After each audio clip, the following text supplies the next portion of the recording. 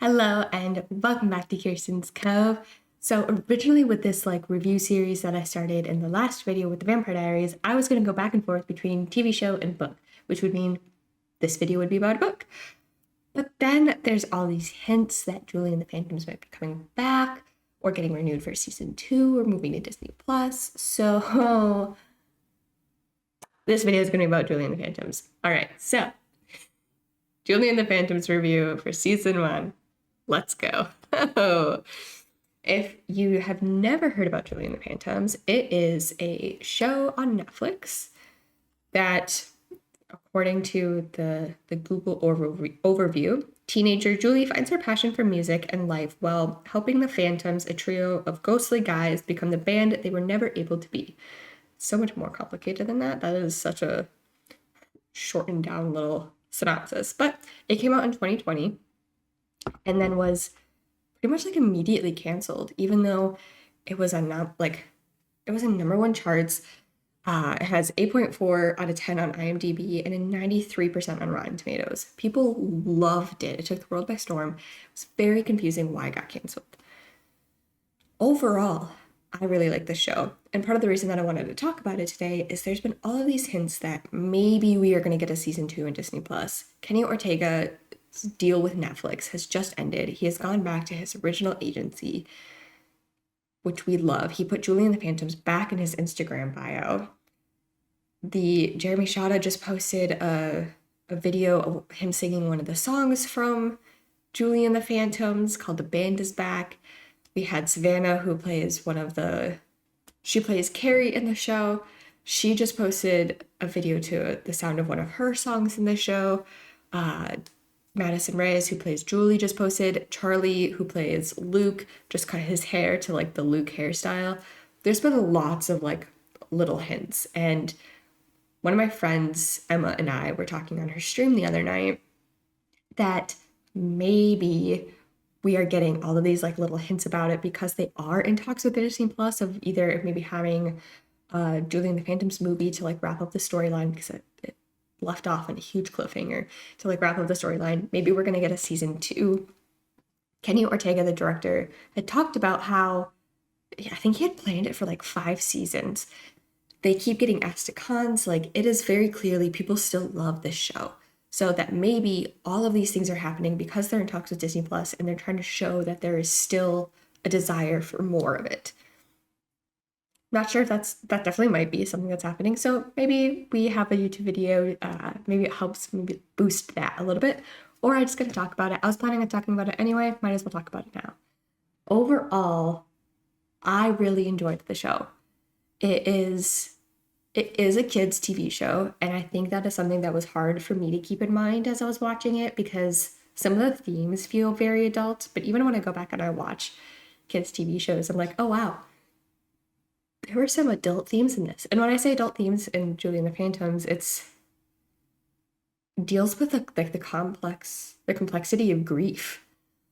Julie lost her mom. The guys, the Phantoms, the trio band, had died 25 years prior and are coming back to are now reappearing 25 years after their death, and they're trying to grieve their life. And so looking at it that way, I'm like, wow, that's some pretty intense stuff, while also being a kids TV show. But looking at it with the kids' perspective, some of the acting is a little cringy and over the top, which kind of took me out of the story sometimes. But I also look at, Wizards of Waverly Place and Hannah Montana and Sweet Life on Deck, and the acting there sometimes was cringy, sometimes it was really over the top. And I think that's just how kids' TV shows are. And so I always have to remind myself, this is a kids' TV show. I was expecting a little bit more like Descendants, which is a little bit more grown up because it was Kenny Ortega. But still, it's still very good. That's just kind of my one little... And the writing sometimes was a little predictable, but also that's okay. It is perfectly okay. Hi. There's a cat, sorry.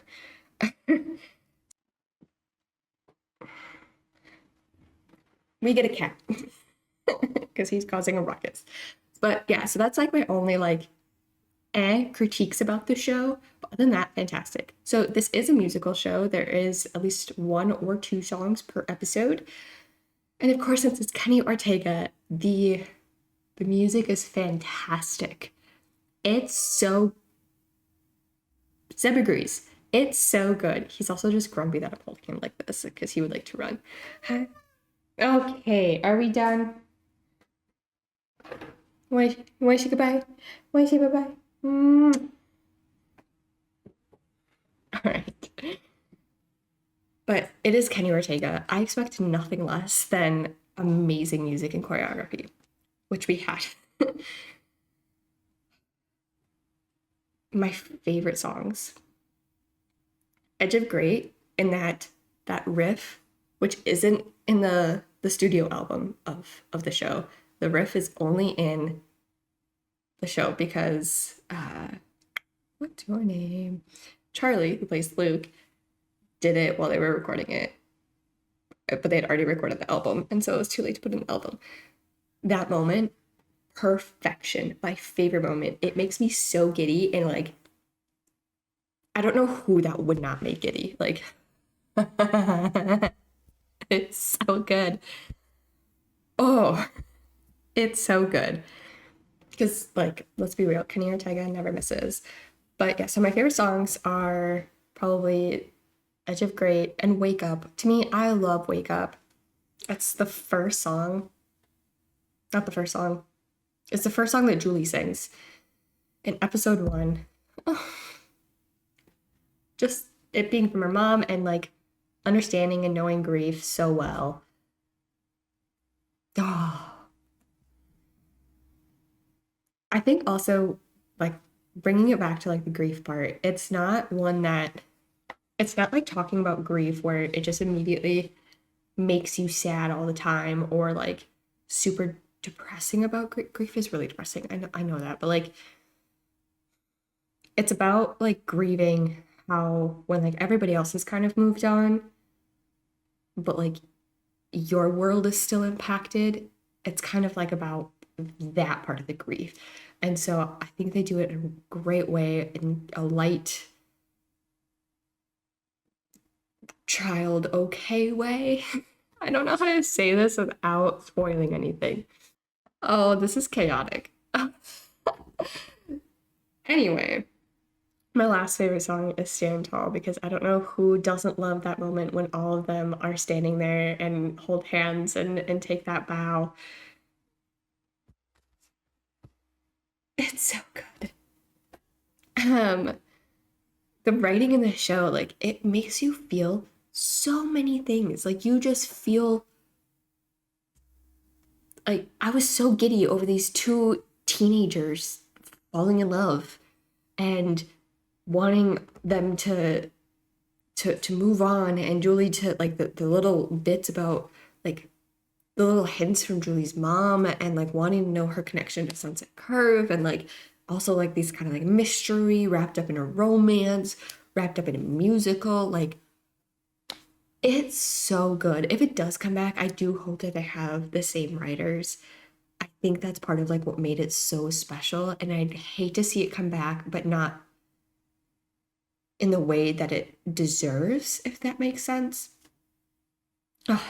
And like that writing for the ending, I truly do not understand how they did not get a season 2 with they had set up a season 2 so well that with it topping charts, with it getting such good reviews. I really if someone has understands why Netflix cancels some shows and lets other ones go, I would love an explanation. But it's so good. It's so good. Okay, so I think that relatively, I know this video is a little bit on the shorter side, but it is only one season. Okay, just kidding. One more thing before I close this out. This is still a decently short video, but the costumes, I love how much like the boys are still in like 90s outfits, and then you have Julie and her friend Flynn. Julie and Flynn in like very Gen Z outfits.